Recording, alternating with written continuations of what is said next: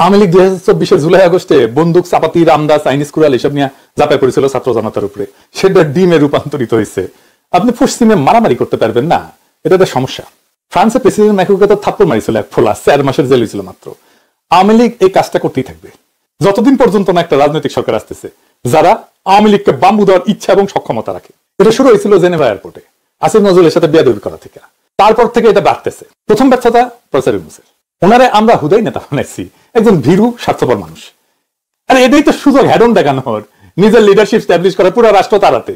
আমি প্রফেসর ইউনূস হইলে বা আমরা যদি ওই নিউ ইয়র্কের সিকিউরিটির দায়িত্ব দিত, আমি 2টা মানুষকে দেখতাম আর মায়াগুলারে কইতাম ফাটায় ফেলবা আর কি, 10 ফিটের মধ্যে যদি কেউ আসে, কেউ 10 ফিটের মধ্যে আসলে কেউ হুতাই দিত আর কি, মায়াগুলাই হুতাই দিত, তোদের মাইয়াদের দিয়ে পিটাইতাম। সত্যিকারের নেতারা, হেডোমালার নেতারা এই কাজ করে।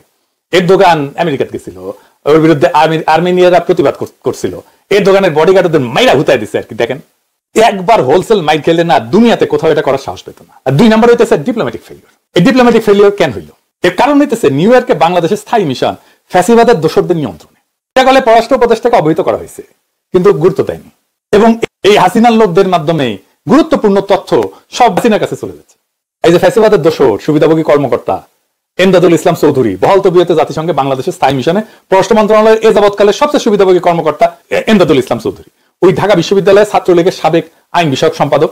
এমদাদুল ট্রান্সফার পোস্টিং এর যত পলিসি আছে সবগুলোর ব্যত্যয় ঘটায় ওয়াশিংটন এবং জেনেভায় অবস্থিত বাংলাদেশ দূতাবাসে চাকরি করার পর বর্তমানে নিউ ইয়র্কে অবস্থিত বাংলাদেশের স্থায়ী মিশনে কর্মরত আছে।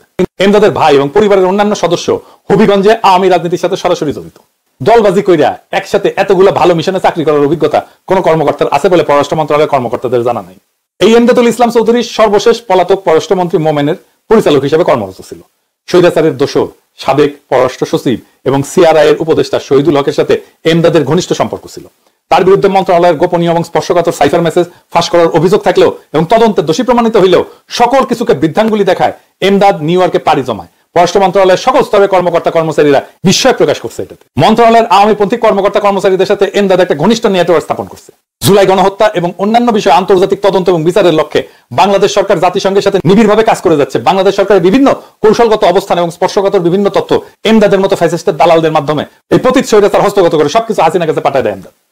এরে পাতায় লাথি দিয়ে নিউ ইয়র্কের জাতিসংঘ স্থায়ী মিশন থেকে অপসারণ করে আইনের আওতায় আনা জরুরি। আবার ফ্যাসিস্ট হাসিনার কার্যালয়ের পরিচালক নাজমুল বহাল তবিয়তে নিউ ইয়র্কে বাংলাদেশের স্থায়ী মিশনে। নিউ ইয়র্কে বাংলাদেশ স্থায়ী মিশনে বর্তমানে যারা কর্মরত আছে তারা সবাই আওয়ামী লীগ সরকারের ঘনিষ্ঠ এবং সুবিধাভোগী। এই 28 ব্যাচের কর্মকর্তা নাজমুল হক, যে জগন্নাথ বিশ্ববিদ্যালয়ের ছাত্রলীগের নেতা ছিল, সে শেখ হাসিনা পালায় যাওয়ার আগ পর্যন্ত প্রধানমন্ত্রী কার্যালয়ের পরিচালক নয় হিসেবে কর্মরত ছিল। শেখ হাসিনা পালায় যাওয়ার পর তড়িঘড়ি করে 11 আগস্ট নিউ ইয়র্কের পথে পাড়ি জমায়। আগেই ট্রান্সফার অর্ডারটা হয়েছিল। তাকে বিমানবন্দর ইমিগ্রেশনে আটকানোর কথা থাকলেও দ্রুত পালায় যেতে সহায়তা করে আগের পররাষ্ট্র সচিব মাসুদ বিন মোমেন। এই নাজমুল হক বর্তমানে আমেরিকা অবস্থিত আওয়ামী লীগের পলাতক নেতৃবৃন্দের সাথে ঘনিষ্ঠ যোগাযোগ বজায় রেখে কাজ করতেছে। নাজমুল হকের মতো একজন ফ্যাসিস্ট সরকারের দোসর এবং আওয়ামী কর্মকর্তাকে গুরুত্বপূর্ণ নিউ ইয়র্কে বাংলাদেশের স্থায়ী মিশন থেকে পাছায় লাথি দিয়ে সরানো উচিত। আর এই নাজমুলই প্রফেসর ইউনূসের সফর সঙ্গীদের প্রোটোকলের বিষয়টা দেখভালের দায়িত্বে নিয়োজিত ছিল। ফাইনালি শোয়েব আব্দুল্লাহ, ছাত্রলীগের সাবেক সাধারণ সম্পাদক মাহফুজুল হায়দার চৌধুরী রোটনের বন্ধু, এবং শোয়েব আব্দুল্লাহ নিজেও ছাত্রলীগ নেতা ছিল। নিষিদ্ধ সংগঠন ছাত্রলীগ নেতা শোয়েব বর্তমানে বাংলাদেশ দূতাবাস কাঠমান্ডুতে কর্মরত। কিন্তু রহস্যজনকভাবে এই আওয়ামী সমর্থক কর্মকর্তাকে কাঠমান্ডু মিশন থেকে নিউ ইয়র্কে বাংলাদেশ স্থায়ী মিশনে নিয়ে যাওয়া হয়েছে প্রফেসর ইউনূসের প্রোটোকল কার্যক্রম পরিচালনার জন্য। চিন্তা করেন, এবং শোয়েব আব্দুল্লাহ ছিল ওই সময় ওই জায়গায়। আপনাদের অবাক লাগতেছে না যে মির্জা ফখরুল গেছে, বিএনপির কেউ নাই, বাড়িতেছে, মানে সবাই আওয়ামী লীগ। বিএনপির কর্মীদেরকে বলা হয়েছে 8 নম্বর টার্মিনাল দিয়ে বাইর হবে, এই দূতাবাস থেকে বলছে, শোয়েব আব্দুল্লাহ বলছে। আর শোয়েব বাইর করছে 4 নম্বর টার্মিনাল দিয়া, আওয়ামী লীগরা ওইখানে আছে। তাহলে বুঝছেন তো কি ঘটনা ঘটছে? ওইখানে বিএনপির লোকেরা থাকলে কাজ করতে পারে না। তাহলে ঘটনা ঘটার দায়কার, পুরো এই ঘটনা ঘটার দায়কার যদি একজনকে দায় দিতে হয়, CC Tauhidananda Prabhupada, 111 foreign secretary, আখের গুছাই নিতেছে এখন শেষ বয়সে এসে। নিজের আখের গুছানো ছাড়া সে আর কিছুই করে নাই।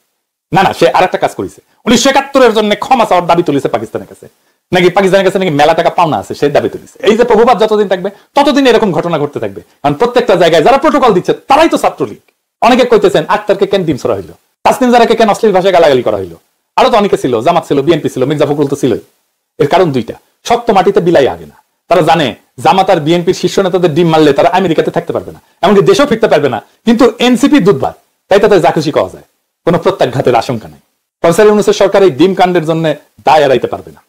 এটা শুধু একটা বিচ্ছিন্ন উস্কানি না, বরং নিরাপত্তা ব্যর্থতা এবং কূটনৈতিক অবহেলা এবং দূতাবাস প্রোটোকলের উপর সরকারের নিয়ন্ত্রণ শক্তির অভাবের প্রতীক।